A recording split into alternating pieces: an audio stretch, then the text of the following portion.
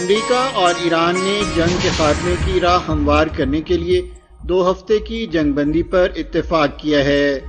White house نے کہا کہ وہ بات چیت کے لیے اس ہفتے کے آخر میں اپنے مذاکرات کاروں کو پاکستان بھیج رہا ہے، لیکن یہ سوالات باقی ہیں کہ کیا یہ جنگ بندی پائیدار ہوگی اور کیا آبنائے ہرمز کھلا ہے۔ وائٹ ہاؤس کی پریس سیکرٹری کیرولائن لیوٹ نے بدھ کے روز اعلان کیا کہ امریکی وفد کی قیادت نائب صدر جے ڈی وینس کریں گے اور خصوصی ایلچی اسٹیو وٹکاف اور صدر ڈونلڈ ٹرمپ کے داماد جیرڈ کشنر بھی مذاکراتی عمل میں شامل ہوں گے۔ لیوٹ نے کہا، ان مذاکرات کا پہلا دور مقامی وقت کے مطابق ہفتے کی صبح ہوگا اور ہم یقیناً ان بالمشافہ ملاقاتوں کے منتظر ہیں۔ وینس نے بدھ کو ہنگری میں ایک تقریب سے خطاب کیا۔ انہوں نے کہا کہ ایران نے آبنائے ہرمز کو کھلا رکھنے پر رضامندی ظاہر کی ہے، جبکہ امریکہ اور اس کے اتحادی اپنے حملے روک رہے ہیں۔ تاہم انہوں نے کہا کہ تہران میں قیادت منقسم ہے۔ وینس نے کہا، اگر ایرانی نیک نیتی سے ہمارے ساتھ مل کر کام کرنے کے لیے تیار ہوں تو مجھے لگتا ہے کہ معاہدہ ہو سکتا ہے۔ اگر وہ جھوٹ بولیں گے یا دھوکہ دیں گے اور اگر وہ اس نازک جنگ بندی میں بھی رخنہ ڈالنے کی کوشش کریں گے جو ہم نے قائم کی ہے تو وہ خوش نہیں رہ پائیں گے۔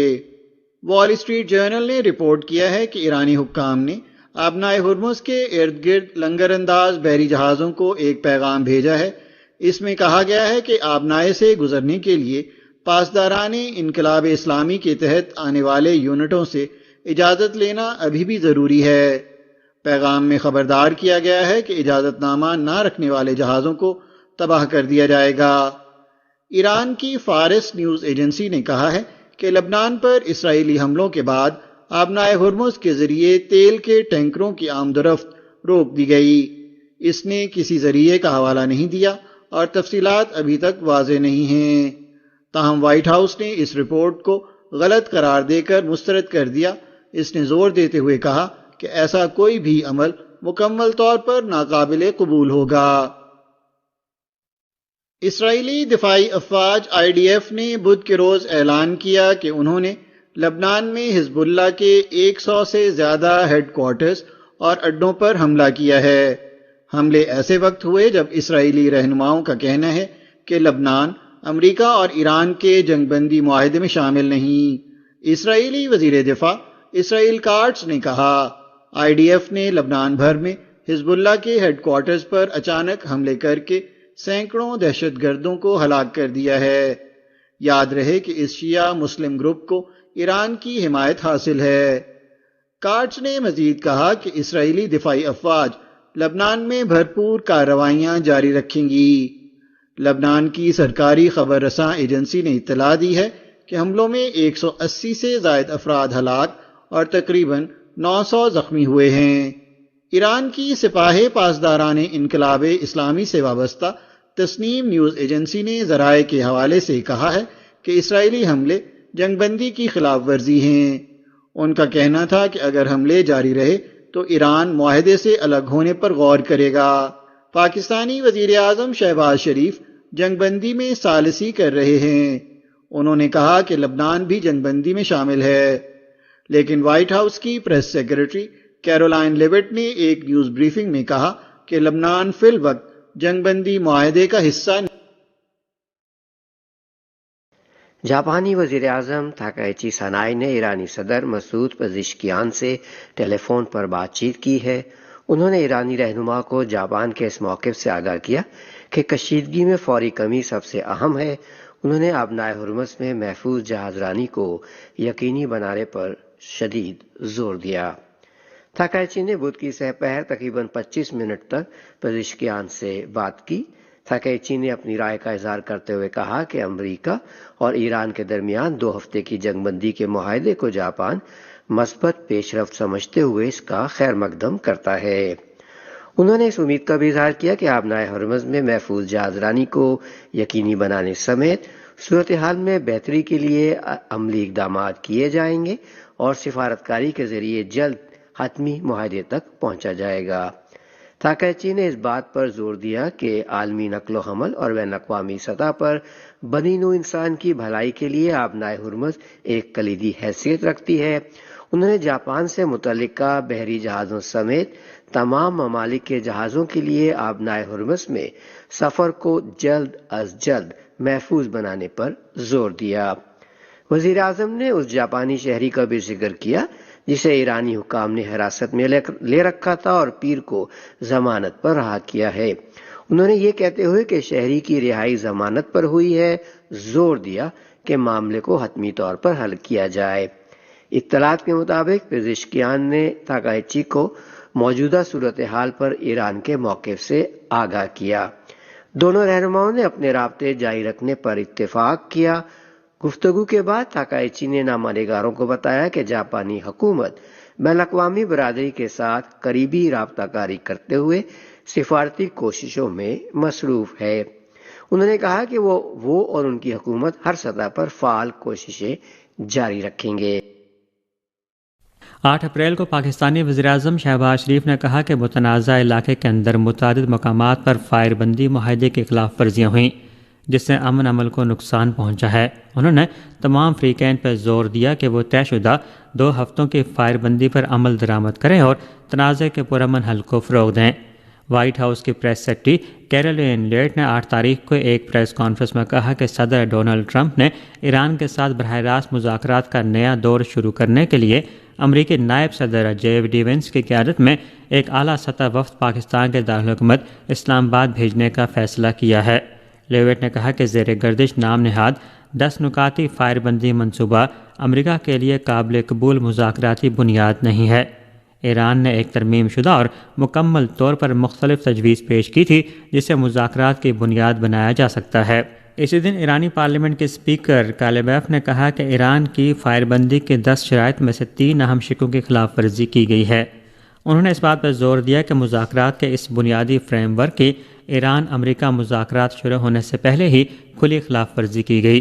اس صورتحال میں فریقین کے درمیان نہ تو فائر بندی اور نہ ہی مذاکرات کا کوئی معنی ہوگا۔ اس حوالے سے امریکی صدر ٹرمپ نے لبنان پر اسرائیل کے حملوں کو ایک الگ تنازع قرار دیا۔ اسرائیلی وزیراعظم بنجامن نیتن یاہو نے کہا کہ فائر بندی معاہدہ لبنان میں حزب اللہ کے خلاف فوجی کارروائیوں کا احاطہ نہیں کرتا۔ لبنان پر اسرائیلی حملے کے کچھ ہی دیر بعد ایران نے آبنائے ہرمز کے راستے آئل ٹینکروں کا گزرنا معطل کر دیا۔ میری ٹرائم ٹریفک ٹریکنگ سسٹم کے اعداد و شمار کے مطابق ایک آئل ٹینکر جو آبنائے ہرمز کے دہانے کی جانب بڑھ رہا تھا عمان میں جزیرہ نما مستم کے ساحل کے قریب اچانک اپنا راستہ بدل کر خلیج فارس کے اندرونی حصے کی جانب واپس لوٹ گیا۔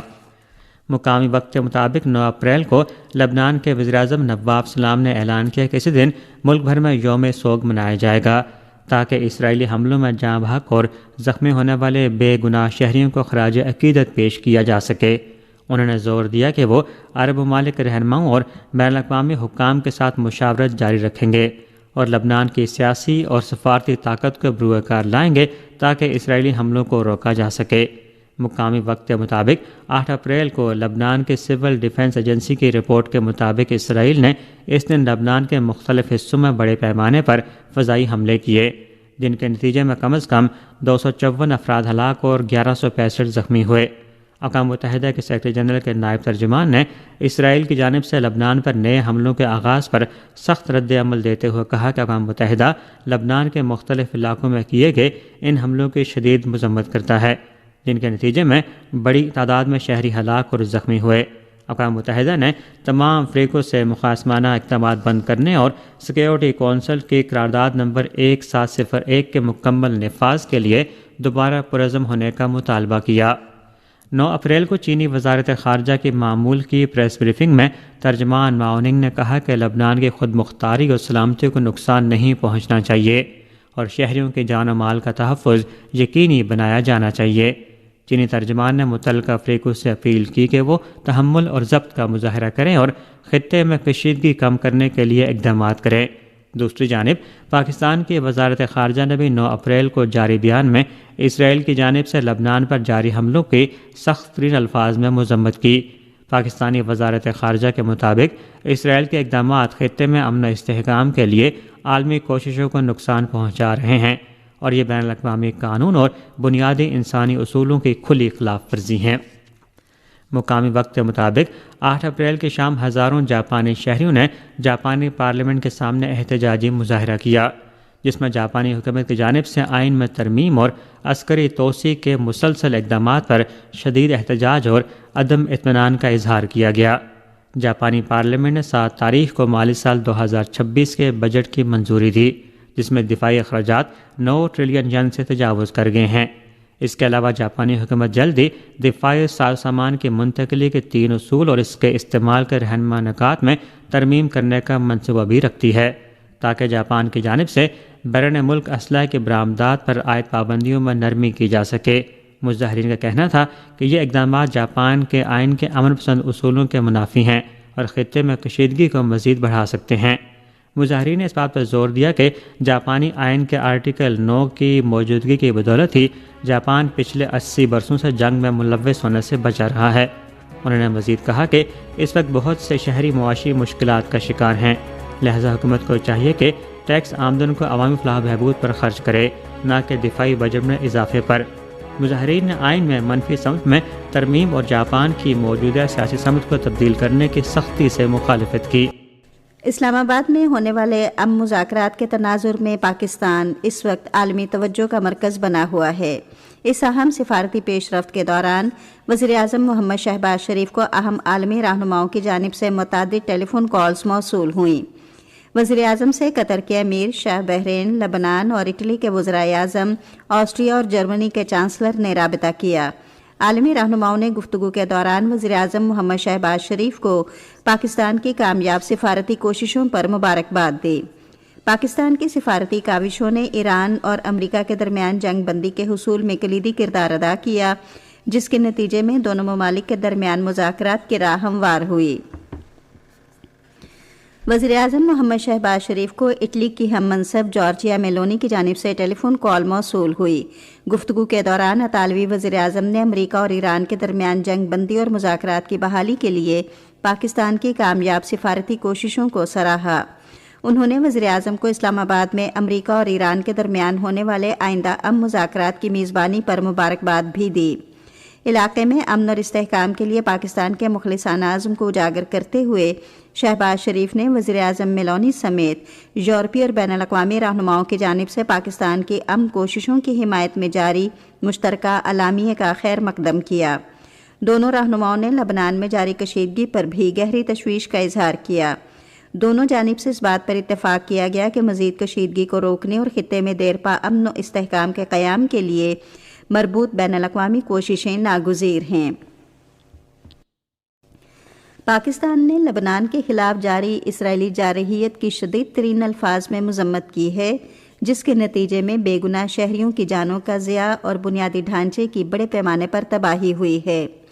دفتر خارجہ کے ترجمان نے ایک بیان میں کہا کہ اسرائیلی اقدامات خطے میں امن و استحکام کی بین الاقوامی کوششوں کو نقصان پہنچا رہے ہیں اور بین الاقوامی قانون اور بنیادی انسانی اصولوں کی واضح خلاف ورزی ہیں۔